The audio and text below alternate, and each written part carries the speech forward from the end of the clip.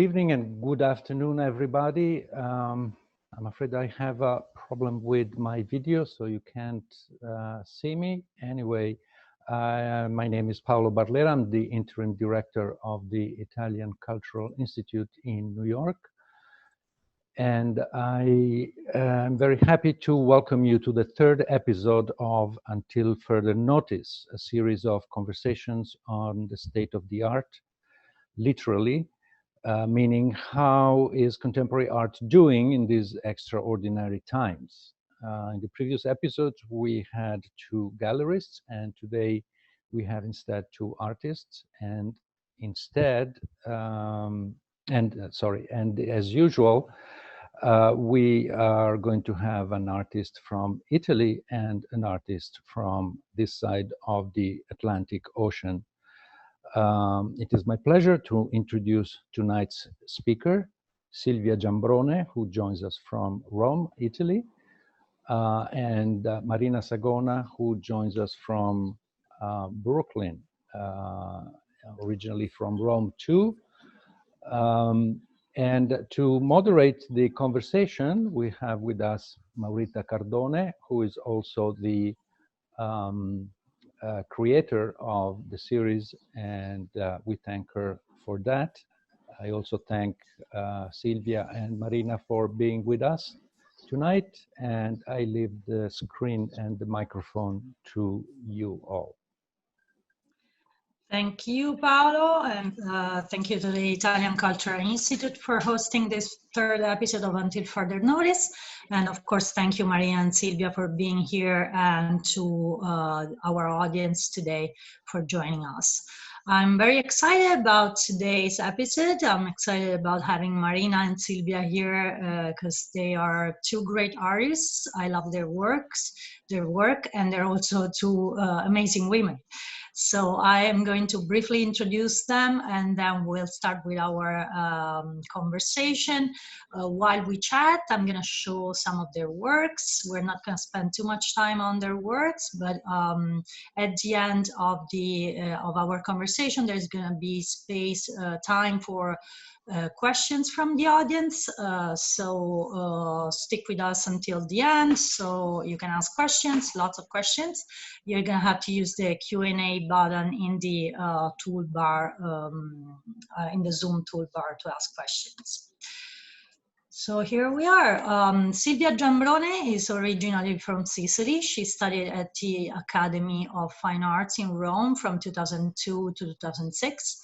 And to these days, she still lives and works in Rome, though she divides between Rome and London. She has held residencies throughout Europe and the US, and she has been awarded several prizes over the past 5 years. She has recently been awarded the BAF prize, the most important prize for young Italian artists. Giambrone works both with the physical and invisible evidence of the strong connection between violence and the process of subjectification. She's ambassador for CONAS 2022.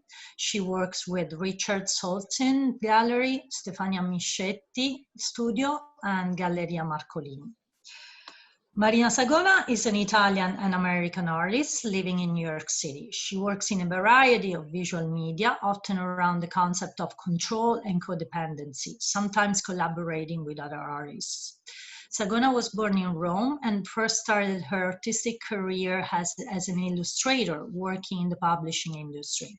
In Rome, she was the assistant to artist Mario Schifano. In 1995, Sagona moved to the United States and began to regularly contribute to the New Yorker and the New York Times as an illustrator. From 2006 to 2008, she directed the contemporary department of the Foundation for Italian Art and Culture. In 2014, she co-curated the show Dante Ferretti, Design and Construction for the Cinema at MoMA. Sagona is the recipient of the 2017 Strategic 50 Award and the 2019 Domus Artist Residency in Galatina, Italy. Again, thank you very much, Marina and Silvia, for being with us today. So I want to start from the beginning of all this. and the beginning being the peak of the pandemic, or maybe at this point we should say the first peak of the pandemic. So I want to ask you a little bit, where were you when this started? Where did you do the lockdown? How was your everyday life and your daily routine? Silvia, you want to start? Okay, so thank you for inviting me. I'm very happy to be with both of you here. And yeah, of course, you know, my life changed a lot because of the pandemic, of course, because I live between Rome and London, and since March, I couldn't go to London anymore. So all my balances really have changed. And, you know, those who know what it means to be traveling the whole time know how odd feels to stay only one place and how much your perception of reality changes. So I had to deal with that, and I still actually am. And of course, staying in Rome have some very good aspects. And I was able to do all the things that I never managed to do because I don't have enough time. And so my new routine was really based on those things, like planning for long-term projects, or thinking things through, being more in contact with my loved ones. So that was it. Marina, how was for you? Where were you? Well, hi, and thank you, Maurita, and hi, Silvia. I'm very happy to be here as well. I was in New York, where I am now. I was in my small apartment with my daughter, who's 18, and was quite appalled by the situation at the time. So being so appalled and so depressed, she would sleep all day basically, and leave at night. And this different schedule actually brilliantly solved the problem of the small space, because I would leave during the day, I would work during the day, and she would be up at night. We would meet just before dinner, actually just after dinner, and watch an episode of Seinfeld, which is a TV series from the 90s that I used to watch all the time when I was here at first in mid-90s. And so I rewatched 10 years of Seinfeld with her. And then I would say goodbye, good night, and she would start her day having the old place by herself. That was it. That's nice. And how was your working routine? Did the fact that you were staying home changed your routine, your work? Did it affect the way you work, or maybe even the place where you work? Were you able to go to your studio, Marina? No, I was not able to reach the studio. So I had to make do with what I had home, which was my furniture, some work I had in storage, and also I felt this urge to move things around. I know that many people felt this urge to move furniture around them, to change the physical space in which they lived. So I started move things around, and I came up with this idea of turning my foyer, my entrance, into a gallery on my own. So I started to empty out my foyer, my entrance, and to repurpose some of my old work for this new enterprise of mine. And so I filmed my work in this physical tiny gallery, posting these little films, this little video on Instagram. So my foyer gallery, I also gave it a name, Foyer Gallery. My foyer gallery would live physically in my own, but virtually on Instagram. And that is what I devoted myself the whole time. Basically, I couldn't come up with any new work. I just gave new meaning. I turned my old work into a new narrative in a way. And so that was my project the whole time. I opened 3 exhibitions in my foyer, and then when I was able to move around, I actually closed the gallery down and resumed my work at the studio. Full disclosure, I wrote a story for Artribune about Marina's foyer gallery, and I loved it. And you can actually find that story on Artribune if you search for Marina Sagona. It was beautiful, very good idea. I loved it. Silvia, did the pandemic and that change in your routine change your practice at all? Well, yeah. I must say I was lucky because, you know, I wasn't able to produce much because I couldn't have access to all the materials and the help I needed. But I have been invited by the curator Paolo Golini with Alessandro Rabottini and Leonardo Bigazzi to take part to a project that was born exactly because of the pandemic. It's called Mascarilla 19, and it was funded and produced and commissioned by In Between Art Film Foundation. And I asked 8 artists to make an art film about domestic violence, because domestic violence increased, of course, a lot during quarantine. And that was the first time I actually made a short movie. The first time I tried a more cinematographic approach. So that was a big new thing for me, and I loved it very much. I hope I can keep going with that. And of course, it was hard work during quarantine. But it was the very reason of it, because the foundation made it also to help artists during the time where art world stopped working, basically. So it was hard, but I was very happy with what came out of it. It was unexpected, and I enjoyed it a lot. Actually, I want to show the trailer of the video you just mentioned, Domestication, because that's also a good opening for my next question. So let me share my screen so I can show it, and then we'll move to my next question. Can you see my screen? Yes. All right, this is the trailer to Domestication.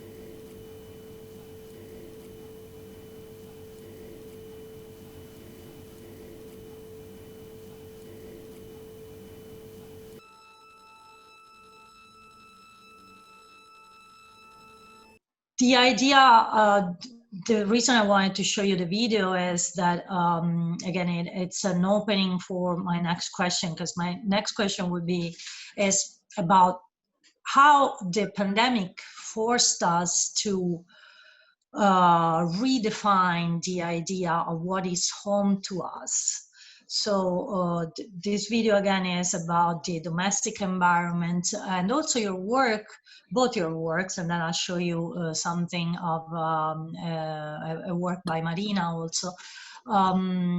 Both your works deal with the idea of belonging, we would say in Italian, appartenenza.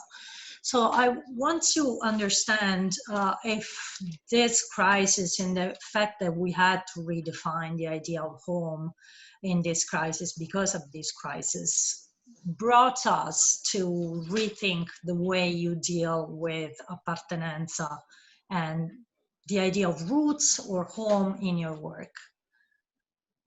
Shall I go ahead? No, Silvia, because okay. Yeah.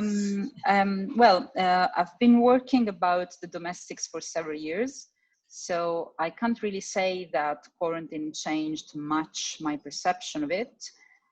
In a way, if you know, I mean, I was ready. If someone can be ready for such crazy time. But if something, I actually had the feeling that all the people around me now were suddenly asking those questions that I have always asked myself And I think that's the reason why during quarantine, I have been asked for so many interviews and to show my work online so much. I guess when you are forced to stay home, at some point you have to acknowledge what your experience of the domestic means and start negotiating with it. And this aspect you can find in Domestication, the short movie, and also in a digital project I made in collaboration with Museo del Novecento in Milan called Nobody's Room, Anzi Parla, curated by Carlotta Biffi. And there I am collecting vocal witnesses about people's experiences and perceptions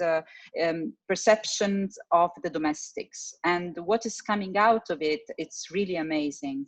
And I feel very grateful to people opening up so much for this. Do we want to show some images from the website of Nobody's Room, maybe, since the other one didn't work? Let me try. See if this time works better. Can you say it? Yeah, this is the platform. You want to comment on what we're looking at? Yeah, there is the explanation, and there is a vocal message I left to explain what was the reason why I wanted to collect those witnesses. And there are the instructions, and also you can find the other vocals from the other people who took part to it. There is also one of my performance called The Nobody's Room, and it's a performance about the domestics, of course, and what objects can suggest, like there are some kind of psychic space, like they are part of your of you. And if you want, you can leave by email your vocal. So I invite everyone to do that, or to listen to the people who left those messages. And there's some of them, and the most of them, I must say, are really great. You have to go below. Yeah. Oh, here. Okay, so these are all the audios left by other people. Yeah, we uploaded 20 for now. Okay. But as you run it, you can hear them, and they are really great. And again, here are the instructions, so you can leave your own message. It's nice. Thank you. Thank you. Also, Marina's work deals with the idea of where do we belong, and I want to show something, Marina. When did you make this video, Marina? It's recent, right? Yes, it's in 2019 and 2020. All right. Okay, let me share the screen again. I'll show you a little excerpt of this video, not all of it, because it's we don't have time for all of it. But here.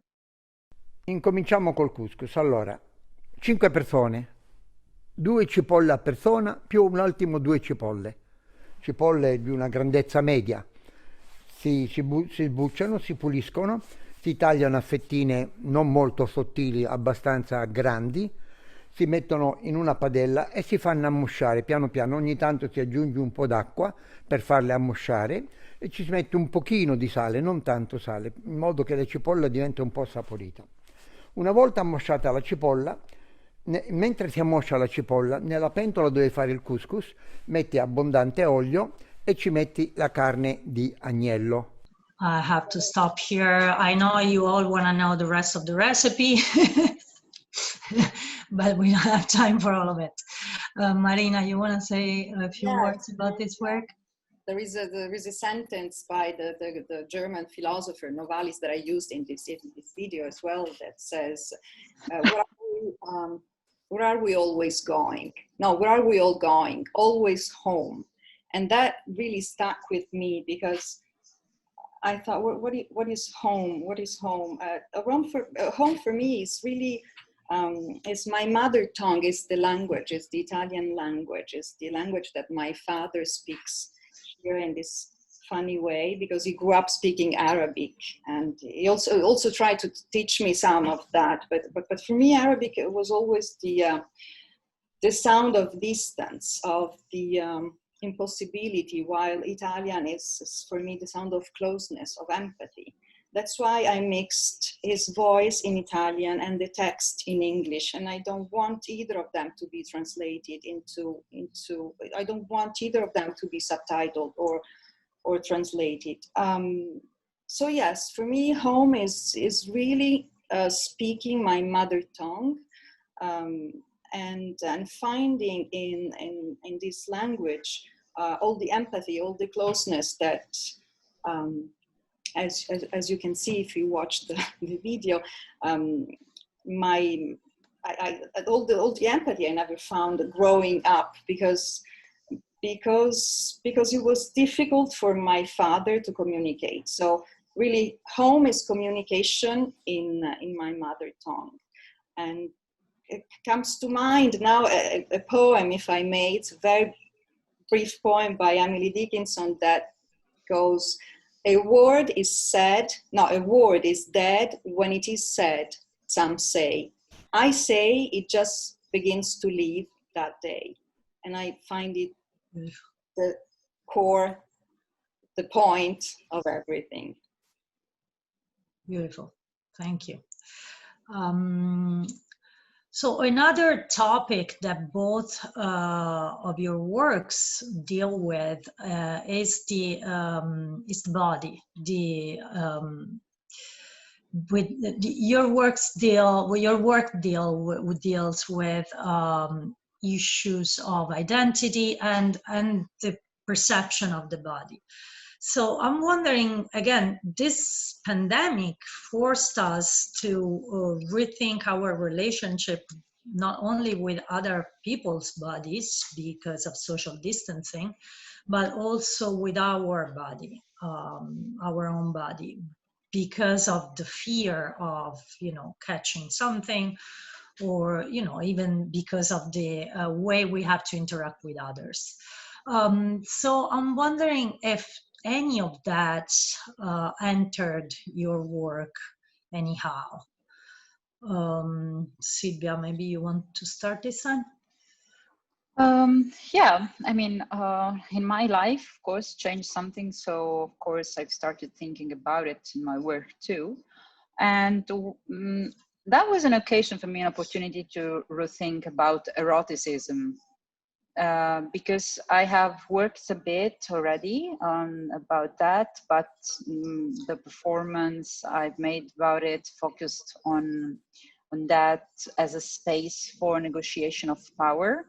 And I realized that in the last few decades, eroticism has been used always in a way to legitimately fight for essential rights or against discrimination. And of course, that's right.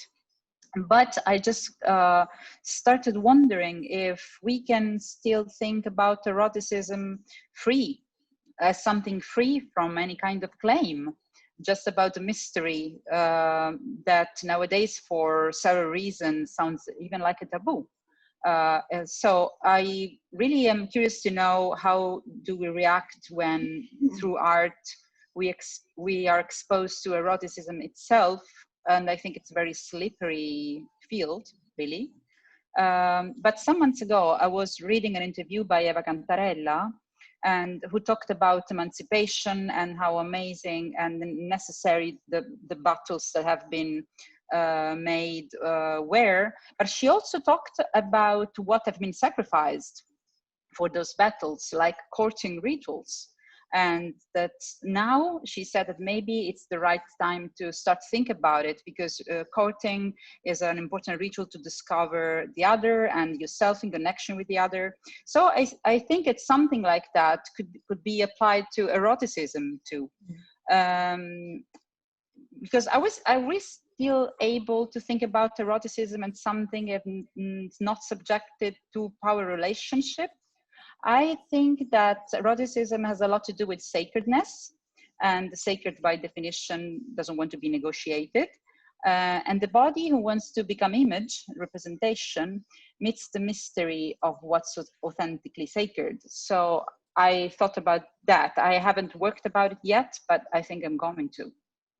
Well, I want to show, now you were talking about something you want to do in the future, but I wanted to show something you did in the past that is a little bit connected with what we were saying and what you were saying. So I'm sharing the screen again. This is Baby Doll, which is a work you want to say a few words, Silvia? Yeah, this was a site-specific performance and work. It was in Bologna in a motel, and the door was open and people could come and go as they wanted. And at the wall of the room, 2 chains have been installed, and attached at the end of them, there were false eyelashes made of iron I was going to wear. And this performance focused on intimacy as a space for negotiation of power, and again, an eroticism too. And it was very interesting for me seeing the reaction of people, and I was really impressed by the difference between men and women reacting to the performance, to me being there. Yeah, because women were yeah, because women were comfortable, you know. It was, I mean, of course it was a bit weird, but they didn't really got embarrassed, while men, it was like I was really pointing a knife to them. They were so embarrassed, like, oh my God, what I'm going to do with that? Is she trying something, or, you know? So yeah, so that made me, that was the point really, thinking that there must be something else. There must be a power problem. There must be an issue. So that was the starting point, but now I am more interested in discovering if there is any kind of eroticism free from power. I don't know. We'll see. Well, we'll see. I'm curious, and this is it's so interesting that you noticed such a different reactions. And you know, men reacted like I was threatening them. Right. Yeah. They were so uncomfortable. Wow. Marina, you too had done works in the past that have been dealing with these topics. Yes, I did a group of sculptures and drawings, and also a sound piece called La Prigioniera, the prisoner, that was dealing with codependency and the power relationship in a couple as well. I think there's always, I mean, it's quite rare that that this relationship is not present in a romance or in a love relationship. I was going back to your question. I think that the pandemic did something dreadful to us. It really deprived us of the body of others in relation to our own body. And so everyone is virtually turned into an enemy, into a murderer, into a possible murderer. So we have new codes, we have new behaviors, and especially for the young generations, this is going to have long-lasting side effects. We don't know the physical side effects of this illness yet, but we also don't know what the psychological side effects are going to be, especially for those kids, those children who are growing up, who just realize now how to behave around people and are scared to be infected, or are scared to be the one who is going to infect the other. So we live in a physical autarky. We especially people like myself who live by themselves right now. My daughter is away. I live by myself. I find myself in this autarky, this physical autarky, which I don't like a bit. I mean, I feel very hollow. I feel like the sculpture of my work will be consistent to our empty spaces, negative spaces. Let me show those. Yes. Since you're mentioning them, I like them a lot. So Okay, so yeah, this is what Marina is talking about. These are sculptures that are made of, you know, the empty space of organs. You keep talking, and I'm going to show a few of these images. This work is called Ubi consistent, which means stable point, the stable point of the lever. It's part of a phrase Archimedes uttered when discovered the lever. He said, "Give me a lever and I will lift the world." So we all look for a stable point from which we are going to be able to build our identity. So this work is about the building of the identity, but also the blurring of identity.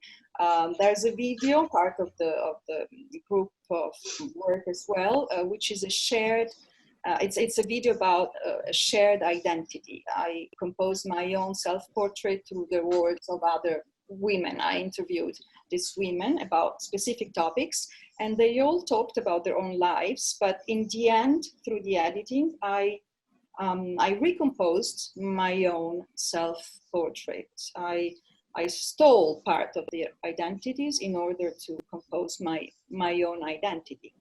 For the time being, then who knows? Our identity is not a stable point, as the title of the show, of the exhibition says. It's just something very fluid and very ineffable. So the balance is very fragile, and stable point is exactly what we don't have, and what our identity shouldn't be having. You said shouldn't. It shouldn't. It Right. shouldn't be a stable. Yeah, because I was thinking while you were talking, if in a way, because you know, it's clear you have in this work you have your passport. Some images are you know, your passport with your initials, and also you use the colors of the Italian flag for the organs. So I was wondering if there was a connection between, you know, the perception of the body and the identity, and if the identity was that stable point. But you're saying no. No, it's you know, the Italian flag and the passport. It's my American passport. I got my citizenship 3 years ago after living here for a lifetime, 24 years. And when I got my American passport, I thought that I got the last piece of my puzzle for 5 minutes. And then after 5 minutes, I thought, but there's no puzzle, there's no last piece, there's no, but I used the passport nevertheless. I used some prints of the passport, of course enlarged, and I lined some words, because the American passport is beautiful. There are presidents' phrases, there are landscapes and beautiful drawings. So I picked some of the words in order to recreate a new narrative, and my initials are on top of those words in order to enlighten those words and recreate this new conversation and this new narrative.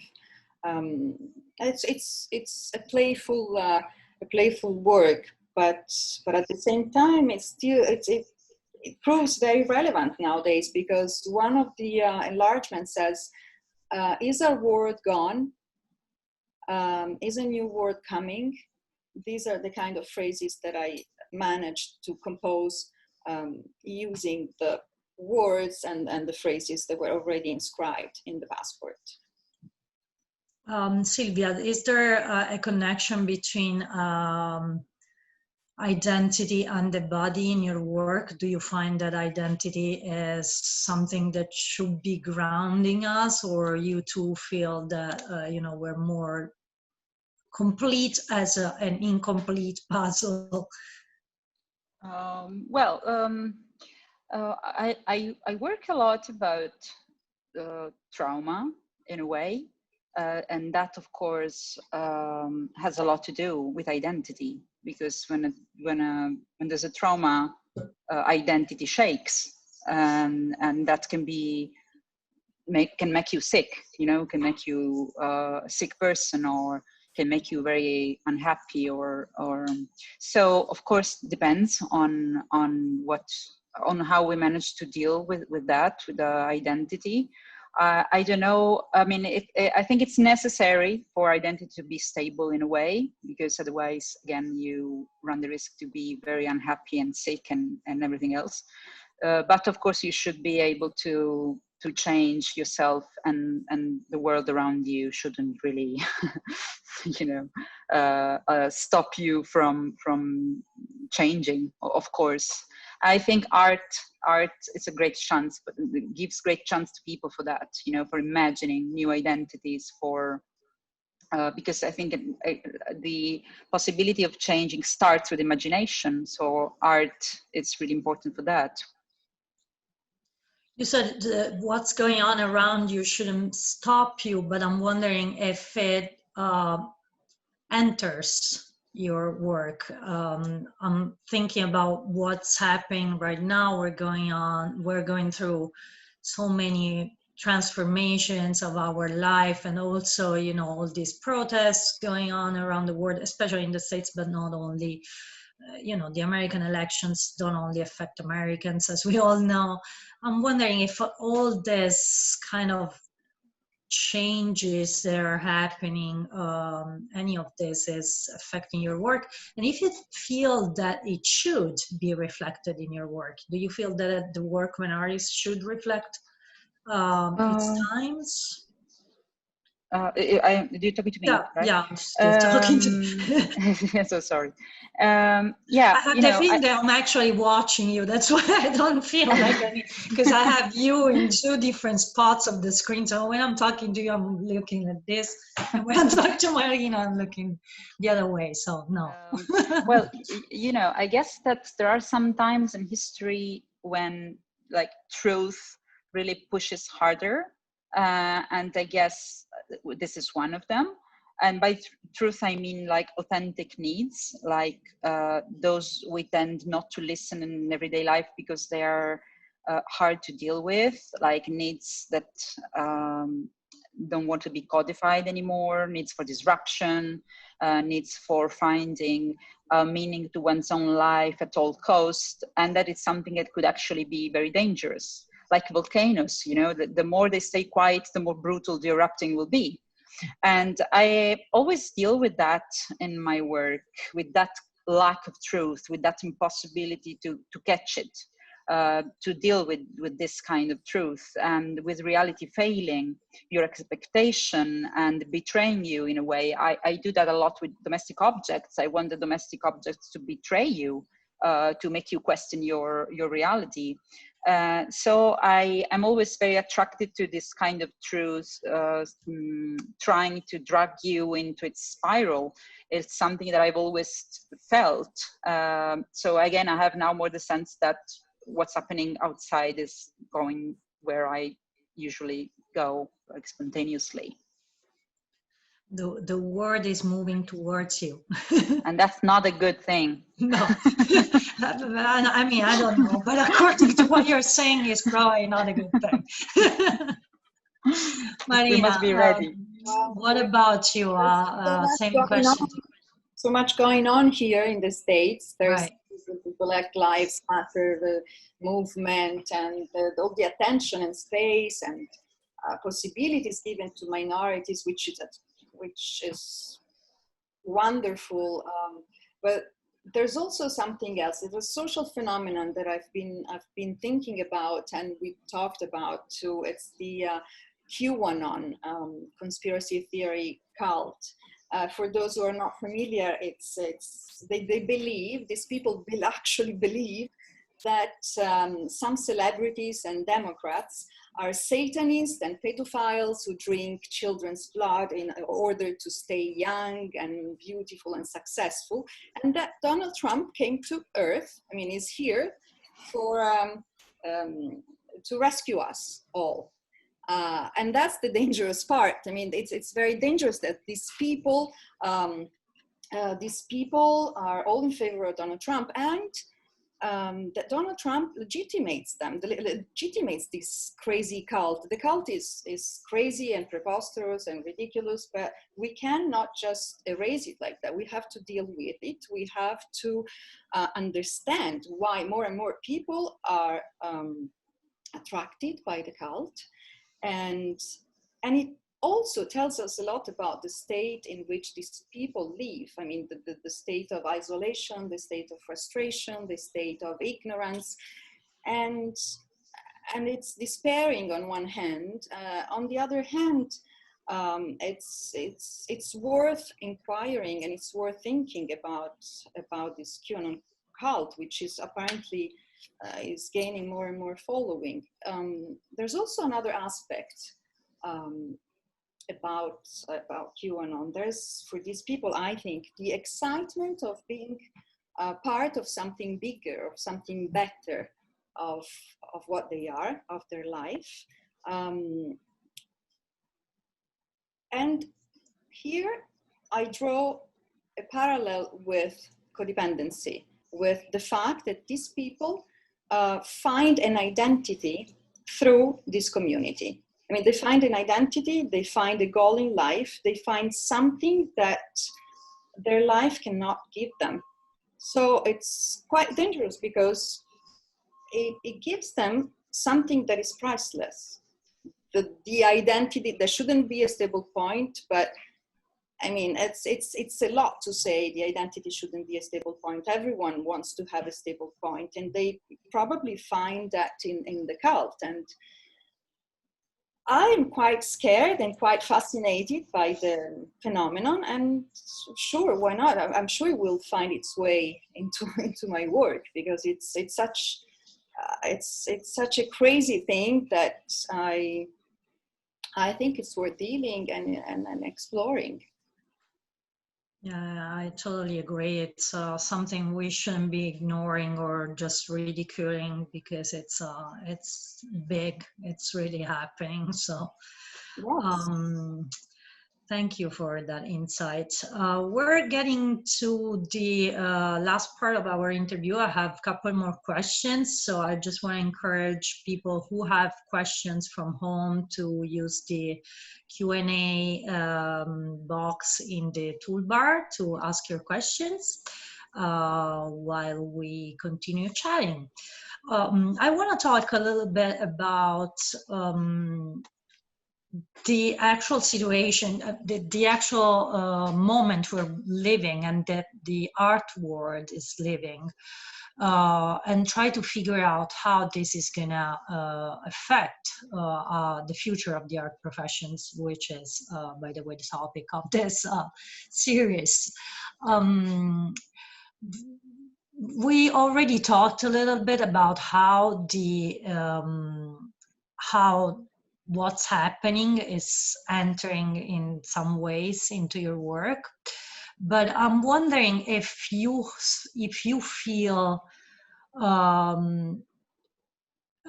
more of a sense of urgency, that if you feel that, you know, being an artist today makes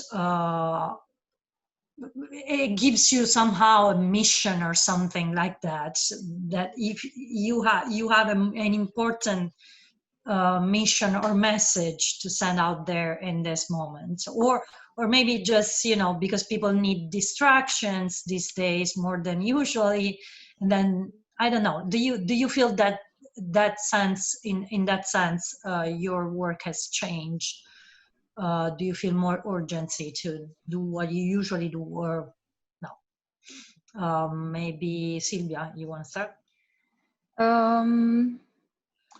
Well, I don't feel like there's more urgency for that. I mean, not more than usual. I don't think I really have a mission. I mean, I try to speak my voice and I say what I need to say, and you know, I don't say everything I need to say because maybe people wouldn't care. So of course I choose something to say among everything I would love to say. But I don't think that, I mean, I think it's a good time to speak up about some things, and I think that if you already had worked on them, it's a good time, and maybe people will listen more to you. As I was saying earlier, you know, during quarantine, people asked me a lot about things about the domestics, you know, because of course there was that urgency But I don't think like art, I mean, not for me, art doesn't have a mission for me. I mean, if you feel it as a mission, good for you, and that's okay. But I think art is really about freedom. So freedom can be unpredictable, or even anachronistic. You know, Maurizio Nannucci, the artist, says that all art has been contemporary. I'm not really sure about that. I think that a lot of contemporary art is not really contemporary, and that's fine too. And maybe some of it is not even art, and that's fine too. So I don't really think that there should be, you should be committed. I think that your art reflects its times, even if you're not really engaging with something, with specifically with emerging issues. I think it's complex, and I think art reflects the times, and the reality is complex, and so art reflects that complexity. Marina, what do you think?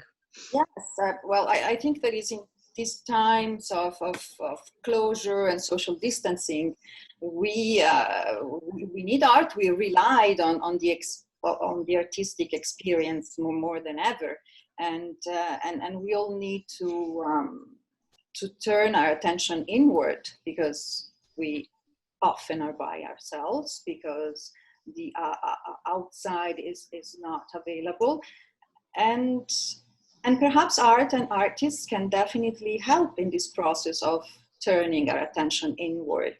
I hope that my work would have that effect on some people.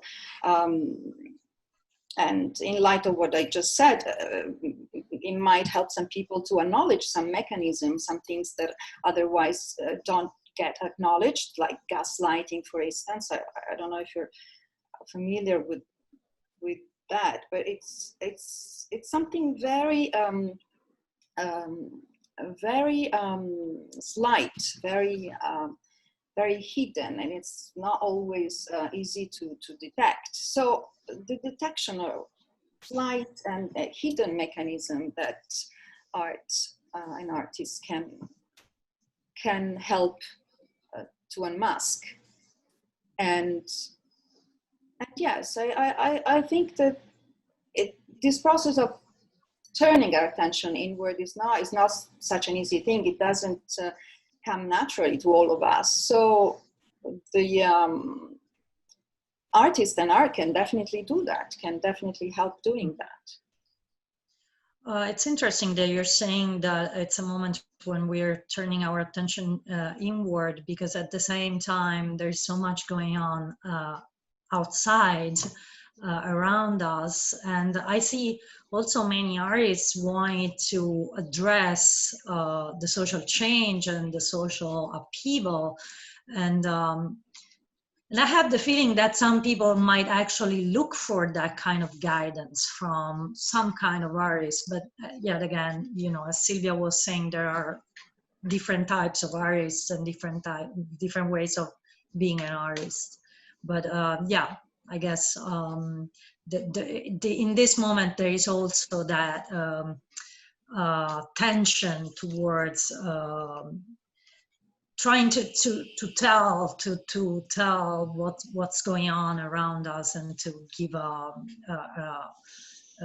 kind of a representation of the reality and the changes that are happening. All right. The last question I want to ask, and then we go to the audience questions. There are many I'm seeing. It's about, it's more like, let's go back to reality. And it's more about the business of art, because we all know art is a beautiful thing, but we all have to put bread on our tables. So I'm wondering if you think, or it's already happening, that, you know, what's going on around us, the crisis that is deriving from the pandemic, how is that going to affect your work? You know, from a professional point of view, from a business point of view, your ability to show your work, to be seen, to, you know, actually have shows, any of this. And also, you know, the way people actually experience art. If you think that's gonna maybe be a disadvantage for your work, or maybe this time, Marina, you want to start? No, I think that the artwork can be quite scary for the outsiders. It can be daunting sometimes because it's a bit mysterious. There are not guidelines. The rules applicable to the artwork are not applicable to everyday's life. So sometimes it's a bit rejecting in a way. And so this moment of pause we're all having might be a reboot, for a more welcoming approach, for more transparency, for a different approach, for bringing more art to more people in a different way. I know this is not the question. As for your question, being an artist is making a living, doing this job is always a tricky trade, I think. And you have to be ready and willing to embrace an endemic state of uncertainty, of precariousness. So this is the nature of our job, I think, of what we love to do. I still feel very lucky that I can do my job. But of course it will affect me. Of course, it's been affecting me, and it will. And but I'm still ready, and I'm still willing to embrace what it takes to keep doing what I do. So you're saying the life of an artist is always a mess. It's not about the pandemic. No matter what. Well, you have to be ready to embrace, to pay a high price for your freedom. And I price highly my freedom. So I'm ready to pay the price. That's beautiful. Silvia, what about you? You work with three galleries, so are they open? Are they working? Yeah, I mean, slowly. The market in England is, of course, stronger, so it's more international, so it's better. In Italy, it's hard. I think it's going to be harder. It's already harder than it used to be, because if you don't have the art fairs, the market really suffers. So yeah, but I mean, I think Marina is right. I think for this kind of freedom, you have to pay a price until you have to. Maybe at some point you don't have to, like, you know, hopefully. But of course, it's something that you have to take into consideration when you decide to follow this book. I think it's kind of a vocation. I consider it kind of a vocation. And well, you know, for this digital project I made for Museo del Novecento, it's something that I did because of the pandemic too. You know, I don't think I would have done it before. It was, it was a work with the curator, Carlotta Biffi. We wanted to try to do something to connect more with that kind of audience that maybe we don't usually have, because as Marina said, art world can be really scary for art people too, actually. So maybe there are maybe we can find some more ways to attract audience and to make them feel that art is something that is really close to them. I don't think, I mean, it's not a mission for me, but maybe there is the opportunity, and maybe we can catch it. I think that, I mean, I think I can speak for Italy in this case, because Italy has a very complicated relationship with art, because a lot of time it's been treated like just entertainment and not in a good way. And I think that like in Italy, when you think about patrimony, you don't think it's contemporary art as a patrimony. You think about like the culture and artworks from the past. And I think that what we need now is start thinking about that, about contemporary artists as future patrimony. And that's the only way to do it, just protecting the artists and their crazy, weird job that nobody really understands. And because if you don't do that, you stop protecting democracy, and you stop protecting freedom. And that's something we cannot really, do right now. You mentioned art fairs, and I keep wondering whether this is going to be it's going to end up being some kind of a lesson for a model that was already showing its own limits. Do you think art fairs will change model, will maybe, start doing some things differently? No? No. I mean, I don't know. Hopefully, but for now, I don't see much happening. But I don't expect art fairs to change. I expect institutions to think things through, because it's their job, it's their mission, and that's something that has happened all over the world. I think not just in Italy. Institutions to just to give the problem to the artist to solve the problem institutions should deal with. So maybe it's the right time for them to find new solutions, and of course with the help of artists and everyone. All right, thank you. We have a few questions from the audience. Let's see what we have here. One is for Marina from Barbara. They're asking about your foyer gallery, your foyer gallery, and they're asking where exactly did you make it? The person, Barbara, is saying she lives in a co-op. Well, she had it in her own apartment, not in the building. Yes. But maybe, is there any way you can show it? No, because now it's empty. That you don't have it. I turned it back into my entrance, into my foyer. It's back being my home and not my gallery. So it's no longer a gallery. But I have a very small apartment and I have a very small foyer. But in my foyer, I have some shelves. Shelves that usually gather things that I find at flea markets, because I'm crazy about flea markets. And so I emptied out the shelves and I used those shelves for exposure, for my little films, for filming my works, my pieces.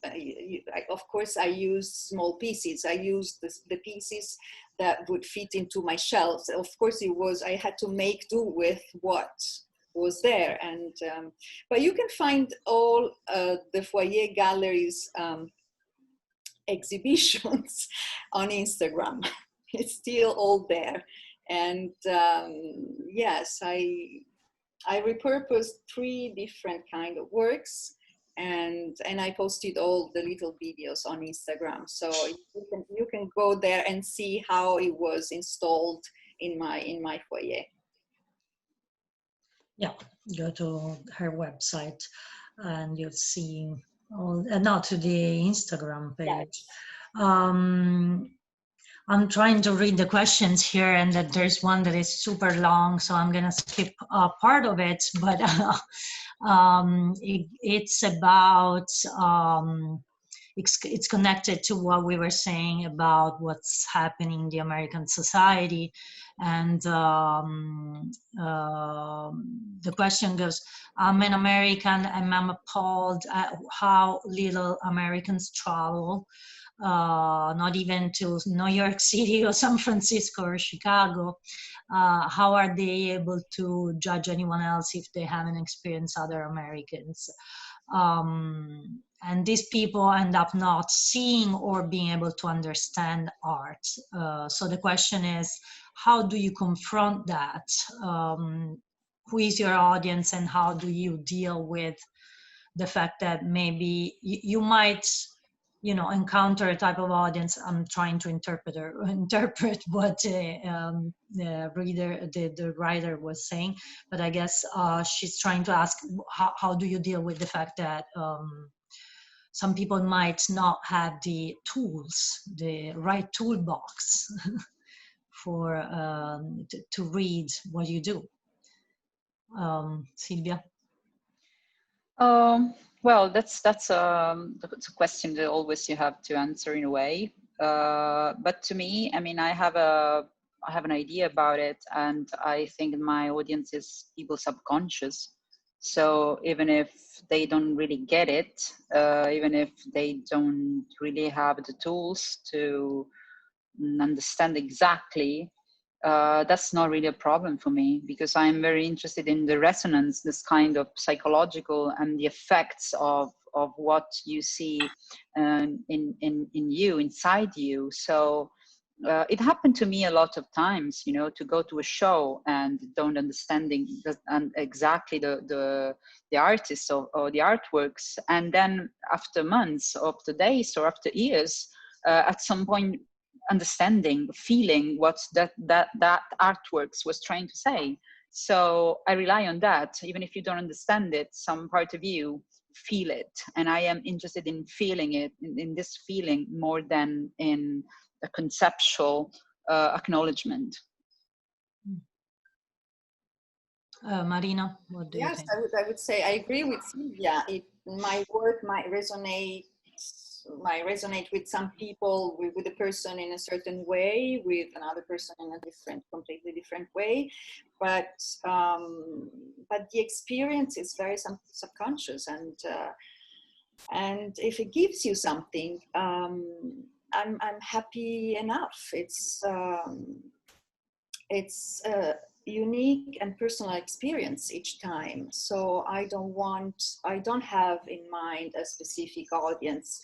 I guess the first audience is myself. So I do it for myself, and then people might like it or not, but I hope it will give them something they might not like, but that might keep inside, might stay with them. The hope is that it stays, as Silvia said, that it stays with them, and it helps them to think, to turn their attention inward and think. One more question. Do you think that patronage could be a solution in this historical moment for artists? Could there be, and here I am adding to the question myself, because I find it interesting actually. Do you think that actually there could be a new wave of mecenatismo, we would say in Italian, because of the crisis? Whoever wants to start.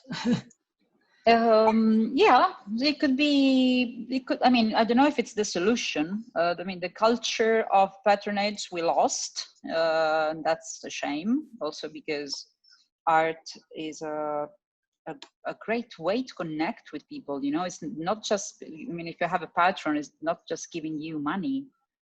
Maybe you have some kind of exchange, and you manage to create a relationship about something that is really important for you, that it's your art, you know, it's something you feel so much.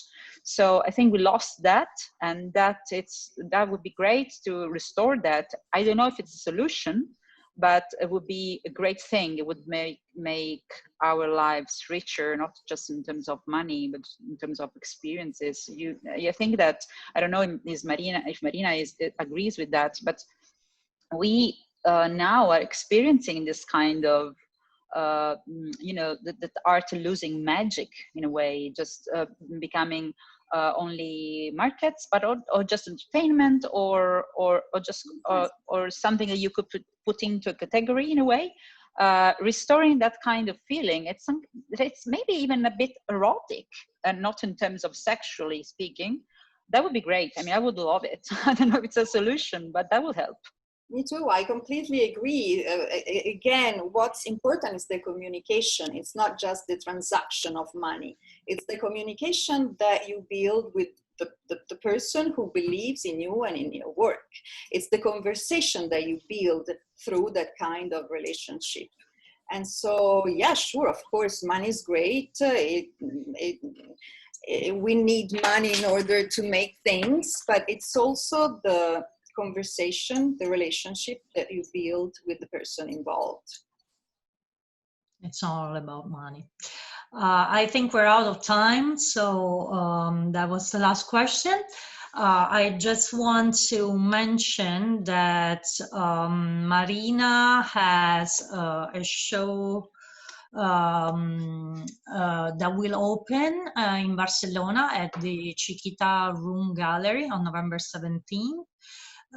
Within the Loop Festival, which is a video art festival. And the show is organized with the support of the Italian Culture Institute in Barcelona and will be up until December 12th. And then it will move to the Italian Culture Institute in Madrid. Silvia has a show opening at Museo del Novecento in Milano, Nobody's Room. We saw images of that, curated by Carlotta Biffi.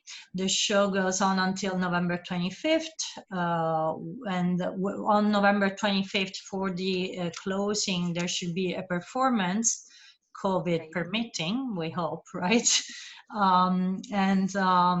The video that I wanted to show to you, and that was on slow motion for some reason, is Domestication, and is part of Mascarilla 19. That will be shown in different cities at different dates and locations. Maxi in Rome, Triennale in Milano, Florence and Venice. Where can they find all the dates, Silvia? On my website, or in the website of In Between Arts Film Foundation? In Between Arts Foundation, right. And finally, in March, Silvia will be part of a show called Io Dico Io, I Say I, at Galleria Nazionale in Rome. Also, if you want to see more of their works, if you're curious, you want to follow them, you can do so by going to their websites, silviagiambrone.com and marinasagona.com, and to their Instagram accounts, Silvia Giambrone and Marina Sagona. That's all for today. Thank you again for being here. Next episode will be next Thursday, November 5th, and my guests will be Marinella Senatore. Oh my God, too many names start with an M, mine including. Marinella Senatore and Federico Solmi. So the appointment is for next Thursday. Thank you again, Marina and Silvia, and thank you all for being here. Paolo cannot come and say goodbye because his video is not working, but I'm saying goodbye to you on his behalf. And thank you again to Paolo and the Italian Culture Institute. See you next time. Thank Bye-bye. you. Bye. Ciao. Ciao, New York.